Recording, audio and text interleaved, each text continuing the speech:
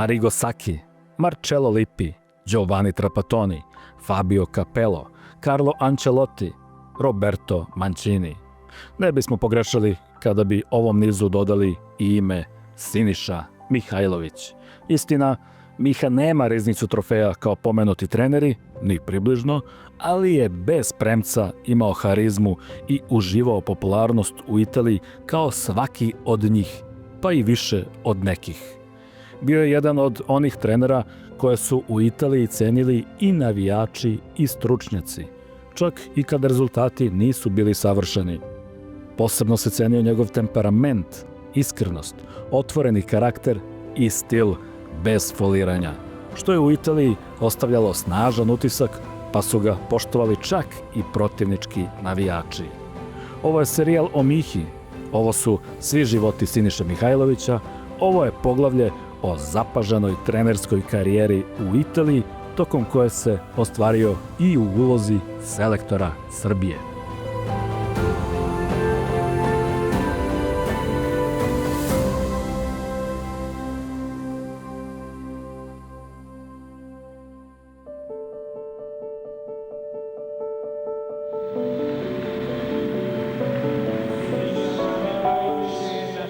Pa kao što mu je bila zapažena trenerska karijera i kao što mu je bila briljantna igračka karijera, tako je ostala nezaboravna i oproštajna utakmica Siniše Mihajlovića u Novom Sadu. Skup zvezda evropskog fudbala, uglavnom onih koji su igrali u Italiji, priredio je spektakl Mihi u čast na stadionu Karađorđe 28. maja 2007. godine. Emocije nisu krili Peruzzi, Pancaro, Giannini, Stoičkov, Lombardo, Filippo i Simone Inzaghi, Couto, Figo, Corradi, Ibrahimović, pa ni Vlade Divac, Stojković, Tanjga, Mijatović, Prodanović i ostali. Na najlepši način Miha je iz kopački, iz nojevog dresa, ušao u odelo visoke italijanske mode. Jednog lijepog dana smo bili u restoranu Bata Peugeot u Novom Sadu i ručali smo i sve pričali o utakmici toj oproštajnoj i on meni jednog trenutka kaže: Savke, spremaj se. Ja mu kažem: za čeg da se spremam? Kaže: igraš na utakmici. Rekao: šta ću ja da igram? 50 godina, nisam ja za igru. Međutim, on kaže: ne, ti moraš da igraš tu utakmicu, koliko budeš mogao, toliko ćeš igrati. I tako je bilo.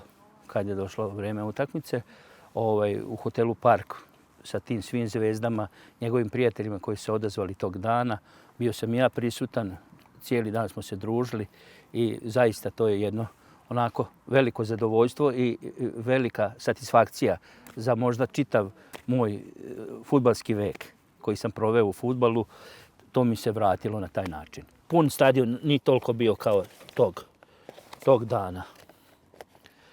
Svi su bili: Piksi Stojković, Peđa Mijatović, Jokanović.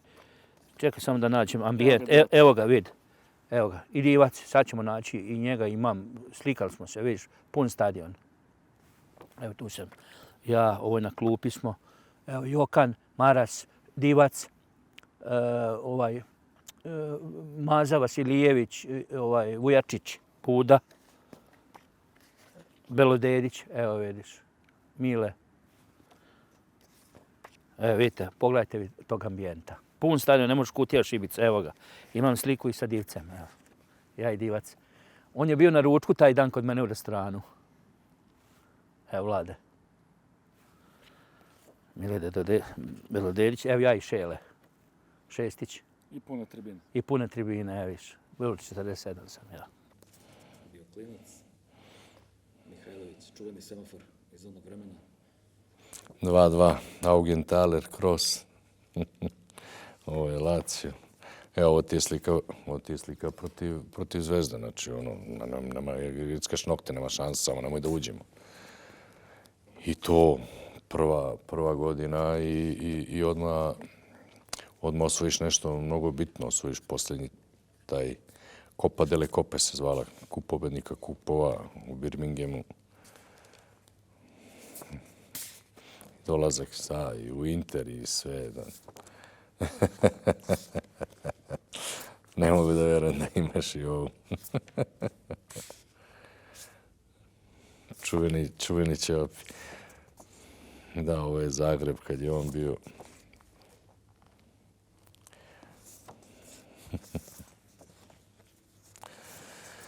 Ma nema to. Ne ponovljuje. A to što sam ga vidio s drugom kosom, on čovjek odlučka, ja sad ću pustim kosu i pusti kosu, eto, prođe vreme i on, ja mogu da kažem, ja ću pustim kosu, ja sam jednom kao probao nešto, ma kaki ne mogu, ošišam se ili ovo. On kaže, sad ću pustim kosu, sad ću furam dugu kosu i uzme i pusti dugu kosu, eto tako. Sad ću nositi minđuš, uzme i nosi dokle mu se nosi i onda uzme i skine. Znači, tako je ono, sad zacrta, ne odustaje od toga. Drago mi što ti se vraća osmeh na lice kad gledaš. Pa ne mogu, mislim, to su pobrkane emocije. Ja kroz te slike vratim mi se zato što znam kako nam je bilo, zato što znam, mi smo osvojili isto zajedno dosta, imali smo i dosta izgubljenih utakmica, imali smo i debakla, kako mi smo volili, kažemo to protiv, kad nismo uzeli titulu, ono, bila nam je, tu smo sve uradili, igraš nerešeno Empoli koji ispada iz lige, izgubiš tu 2 boda koje su te odvojile od titule. Bilo je momenata jakih i dobrih, ali uvek uz obostranu podršku, obostrano razumevanje pre svega. Mislim da, opet ti kažem, taj odnos koji je napravljen, to nije jednosmerni. To je bio dvosmerni, učilo se mnogo, učilo se. Ne, to kažem zato što znam da bi on volao da te, i da može da ti kaže, sigurno bi to rekao, daj bre, se zjebaj se. Znaš kako, to što si sad rekao, i meni bi trebalo da mi kaže nešto. Bar 2, eto, kad bi mogo da, bar 2 pitanja bi mu postavio, da mi samo nešto kaže. Još 2 i okej, zadovoljio bi se sa 2 saveta, 2 odgovora, 2 grdnje ili jedno tapšanje po ramenu ili jedan zagrlje. Na 2 minuta bi mi trebao samo. Na 2. Pa ovo su uglavnom ove utakmice, da, ovo sam hteo da pokažem. Vidiš, u mom restoranu, koliko sam ja poštovanja prema njemu imao, to su svi Italijani kad su došli na tu oproštenu utakmicu, oni su bili kod mene u restoranu, Mancini i svi su bili i onda su vidjeli njegova slika uramljena, ogromna u mom restoranu, na onom baš začelju, vidiš. Evo, Sinišina Mihajlovića kao reprezentativac Srbije. U stvari bila je sada Jugoslavija tada. Na zidu stoji lijevo, to je slika ova. Na zidu je bila ogromna ova i Vojvodina kad je bila zadnji put 89. šampion. To je bilo u mom restoranu. Znači sve je bilo u znaku Siniše Mihajlovića.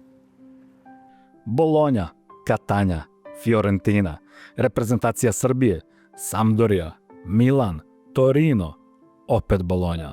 Ovako je izgledao Sinišin trenerski put uz onaj sam početak u Interu gde je trenerski zanat brusio kao pomoćnik Roberta Mancinija od 2006. do 2008. godine.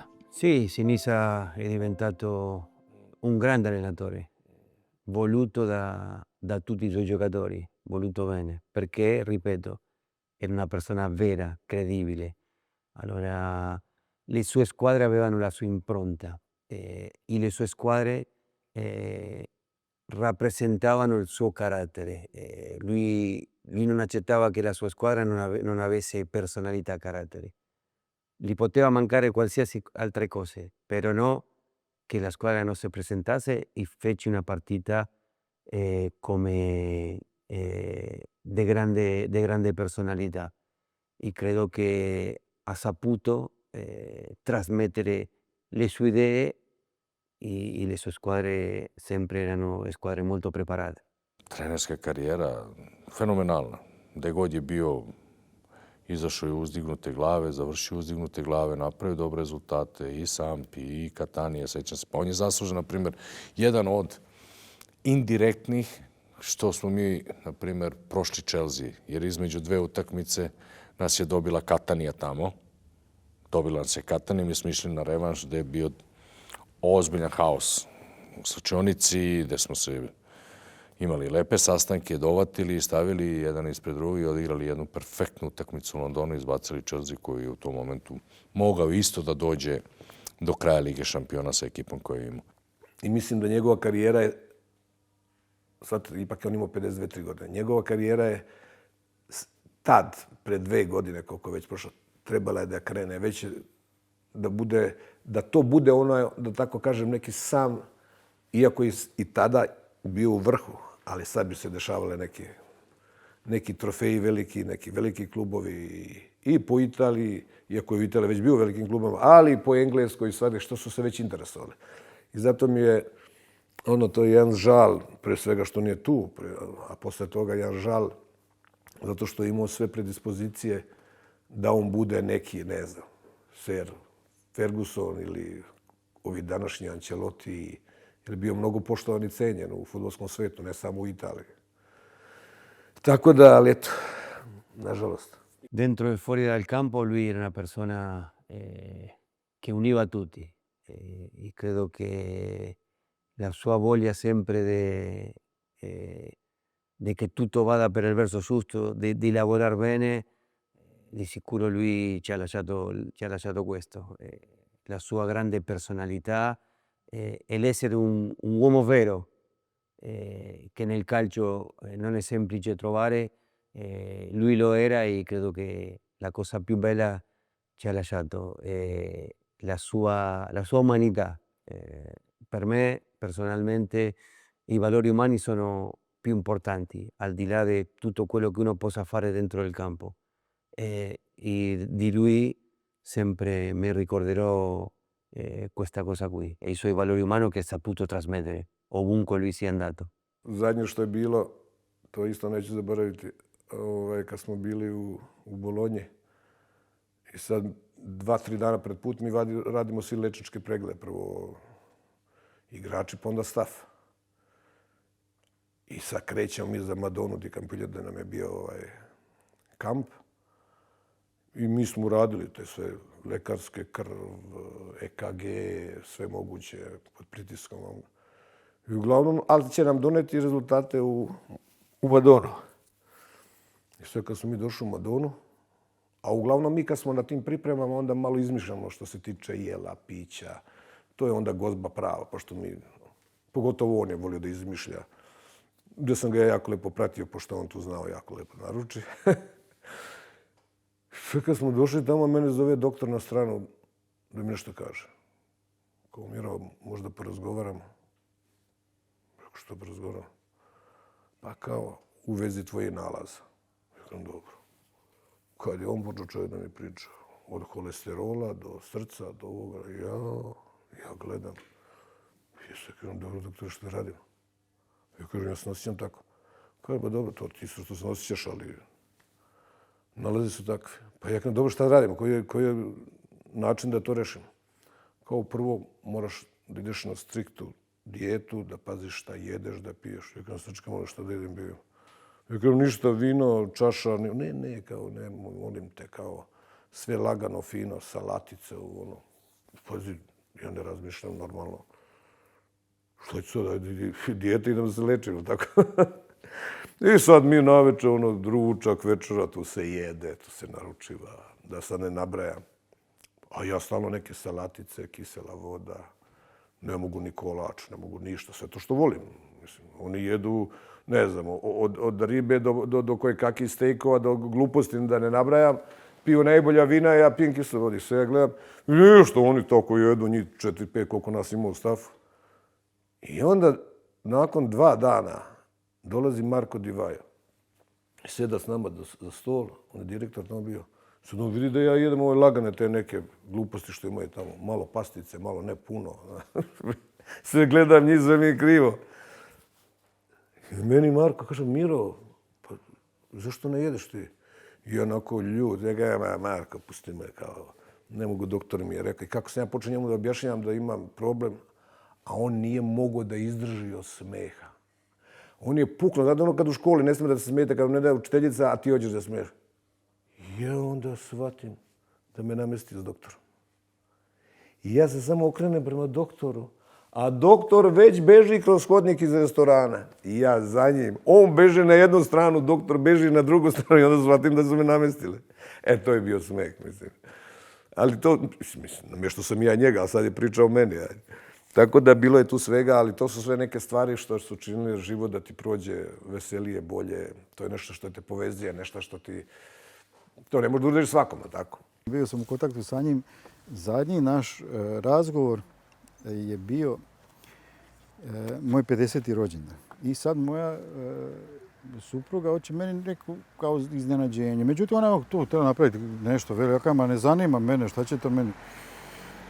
I sad ona šta će da uradi? Ona će dogovoriti sa njim da on mene nazove, da on meni čestita rođendan. To će za mene biti veći poklon nego ne znam, ne treba mi ništa. Jel? I ja u Novom Sadu, pošto mi starija ćerka tamo živi, mi otišli tamo u Novi Sad i zvoni telefon, vidim ja neki talijanski broj, nisam imao njegov taj broj memorisan. I ja a mene zovu ljudi, tako bavim se tim poslom, pa imam često poziva iz inostranstva, ali ja sad u Novom Sadu, u roamingu, rekao, ma ne se javiti. Uzvoni telefon, ja pogledam broj talijanski. A oni svi znaju, i žena i djeca, svi znaju da će mene on zvati. Kažu, pa ko te zove? Ja kažem, ma nemam pojma neki talijanski broj. Kažu, no pa javi se. Pa ja kažem, ma neću, u roamingu sam. Kad čerka, tata javi se. I ja kažem, onda ja se javim. Kaže, kad on, ja odmah prepoznam normalno glas i kao pa sretan ti rođendan, pa vam tamo kao bio je dogovor da on dođe. Pa da idemo negdje kao na ručak, ovo ono, međutim, on je tek tada preuzeo bio Bolonju i jednostavno zbog tih obaveza, to je bila nedelja, jel? I kaže, jednostavno nije mogao. Tad smo se čuli i poslije smo se par puta onako porukama dopisivali kad mi se rodila unuka. Onda sam ga zvao i poruke tako par puta razmijenili. I onda kad se razbolio, onda je to sve nekako bilo teško s njim i stupiti u kontakt i meni na kraju kraja bilo teško. Ja sam bio u Monaku privatno kod ćerke svoje, koja je studirala tamo, i posle utakmice, tad sam gledao utakmicu Monako, Manchester City. I tad moram to da napomenem, sam vidio Mbappé prvi put u životu i nekim prijateljima koji su gledali sa mnom utakmicu, rekao sam, ovo će biti najbolji igrač na svijetu u ovom trenutku i ja sad tako mislim, mada ne mora svi da se slože sa mnom. I posle utakmice, kad sam išao onoj gužvi, neko me uhvatio ovako za vrat i vidim Mihu.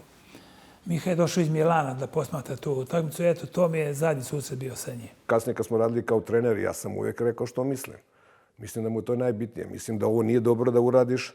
Na kraju se ispostavi da je on u pravu. Da kažem, bravo majstor, čestitam, u pravu si. Ako on vidi da on nije kao, bravo majstor, u pravu si.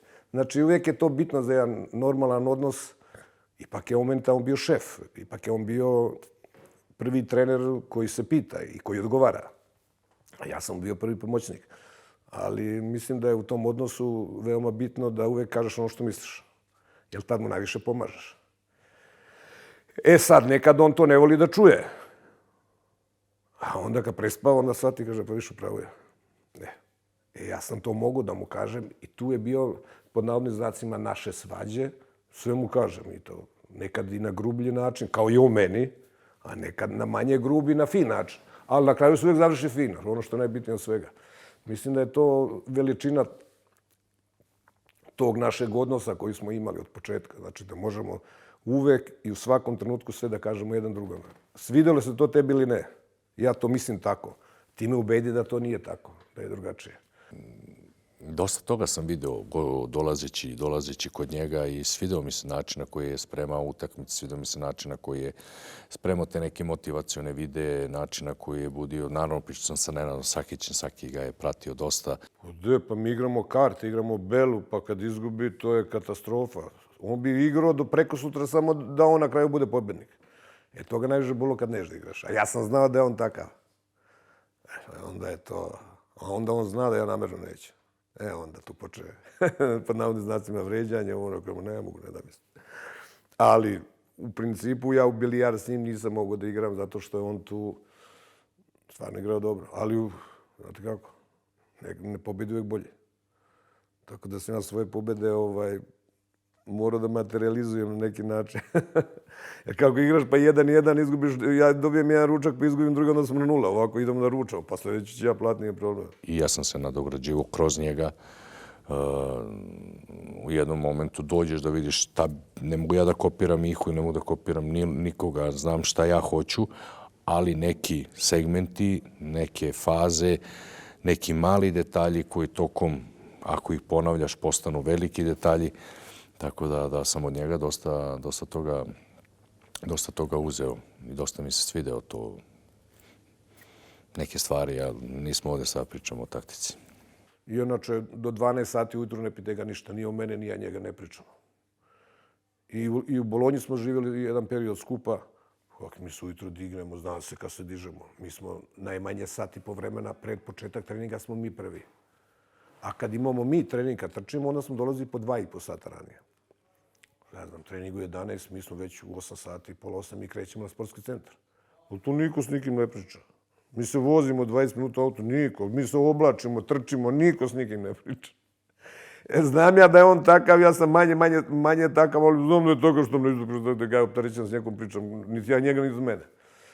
Onda kad završi to, kad počne, onda gledaš, ako je sve u redu, to je smeh, to je... A pre svega je bio rad. On je veliki profesionalac bio, veliki perfekcionista i... Masador 100%, tako, mislim da nije moje da se mešam, ali ako pričamo o tome šta neko može da uradi za Srbiju, šta radi Novak Đoković za Srbiju, znači to je ambasador puta milion, znači ne verujem da mnogo ljudi bi znalo preko bare gde je iz Srbije, šta je Srbija, da ne bi bilo nove. Tako i Italija ne bi se nikad približila toliko Srbiji i znala o Srbiji da nije bilo Siniša i posle toga svih nas koji smo dolazili posle i sad mislim da je normalno za jednog Srbina da igra u Italiji, ali da se krči u put. On ga je krčio da da respekt svima nama posle koji smo dolazili. Moja želja je jednog dana da budem trener Zvezde. Mislim, tu bi trebao da... To mi je jedna od... Ja sam skoro na svu sreću, skoro sve svoje želje ispunio, ali sigurno da je da budem trener Zvezde i da osvojim nešto sa Zvezdom, da bi tu zatvorili to sve, ali... Tužno. Siniši Mihajloviću se nije ispunila želja da jednog dana bude trener Crvene Zvezde. Taj san mu se nije ostvario, ali jeste onaj da bude selektor Srbije.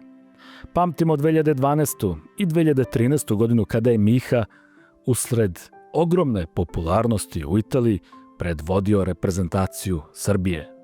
Maestro, mister, kako god da su ga zvali Italijani, s ogromnom dozom patriotizma je vodio Orlove, pa je nadaleko poznat i slučaj Adema Ljajića, kojeg je izbacio iz reprezentacije jer nije želeo da peva himnu Bože pravde.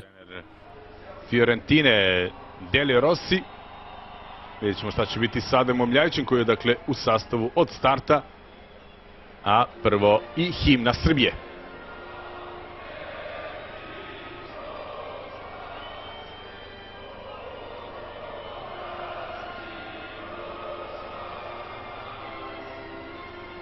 Kasnije, njih dvojica imali su odličnu saradnju u Torinu. Jeste, mislim da su Sinišu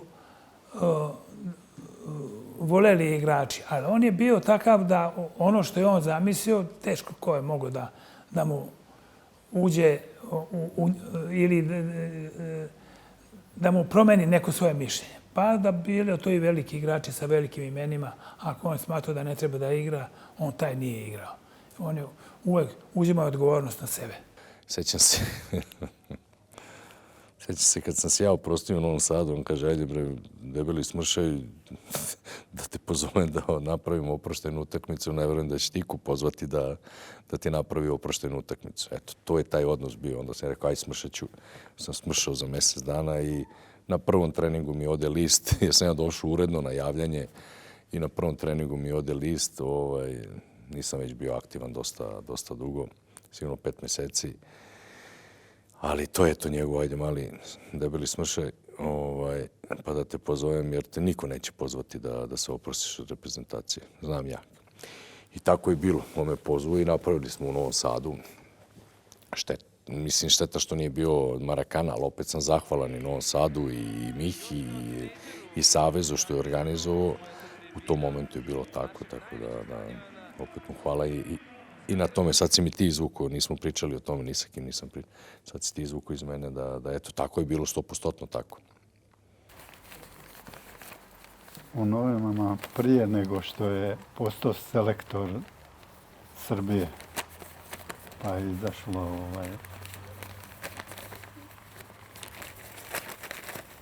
pa evo možete pogledati. Evo to. Možete ti pokazati tako da možete tako da pokažete. Siniša prijetnja iz Borova. To je izašlo ovdje u ovdašnjim medijima. Da.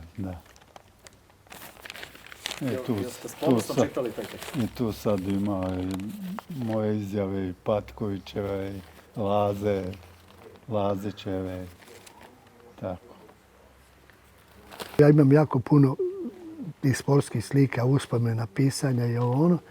I možete da stane jedan ogromni kofer. Imam 3 unuka i unuku. Ja kažem, da li će oni to sačuvati? Sad ja razmišljam koji od njih 3 muškarca, koji bi to mogao da bude da to sačuva.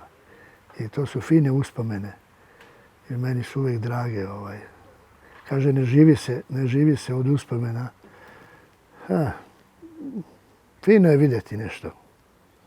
Nešto kad je bilo fino, kad je bilo lepo i tako dalje. Evo, to su fotografije, to pa da, evo, muzika svira, imam tu i di muzika svira, evo. To su njegovi najbolji prijatelji, mislim, Miroslav mu je stvarno najbolji prijatelj, Tanga, kum, evo ja i Siniša, nas trojica. Onda ovo je brat Tangin, isto tu smo igrali zajedno i on je igrao za Borovo, ovo mu je brat od Tange, Miroslava, isto smo tu zajedno.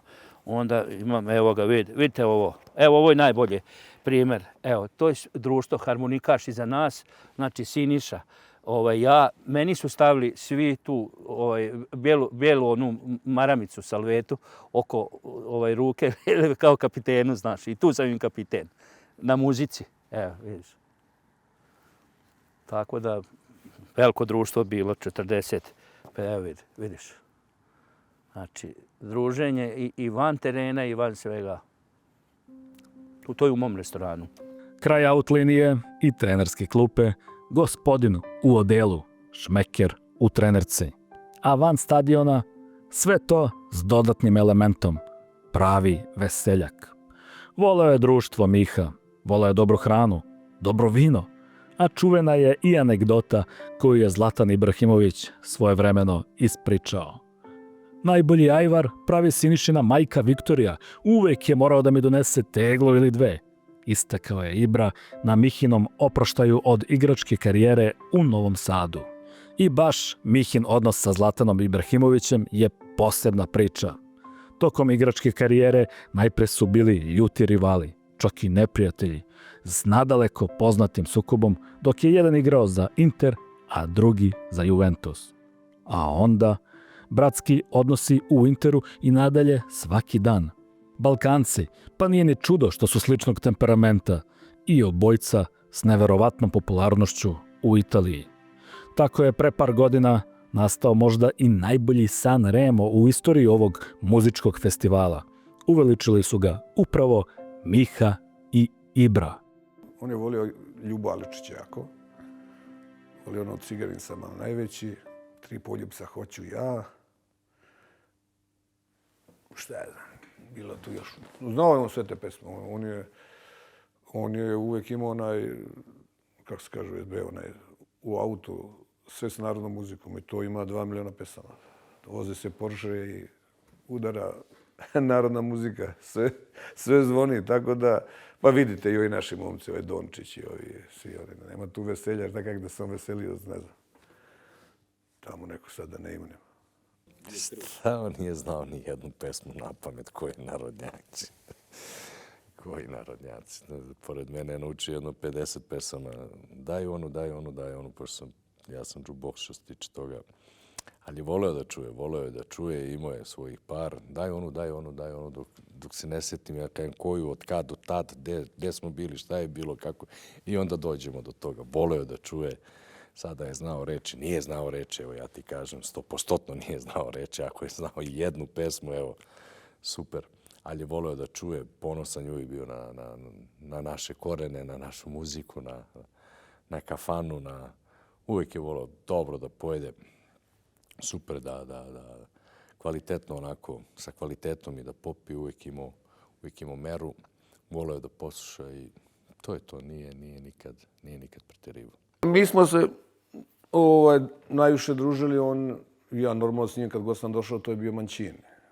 To je bilo i na Sardeniji, i po Rimu, i normalno ovdje Dejan Stanković, normalno, kome on krstio decu i mislim, oni su kumovi. Znači, sa Dekijem,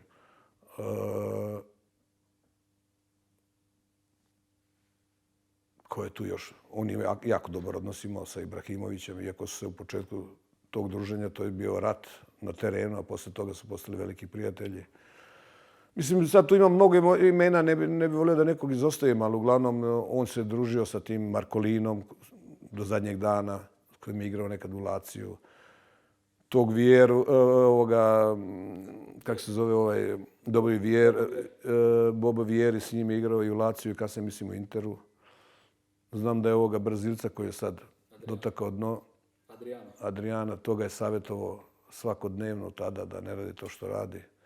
Tako da, znate kako, u koji god grada dođeš i s kim god da igramo, i do sad dok sam ja radio s njim kao trener, znači, kod koji grad dođe, on ima njih 50 koje zna, s kojima je igrao, s kojima je sarađivao, ali ipak je on bio tamo koliko 30 nešto godina i stalno na tom nekom visokom nivou.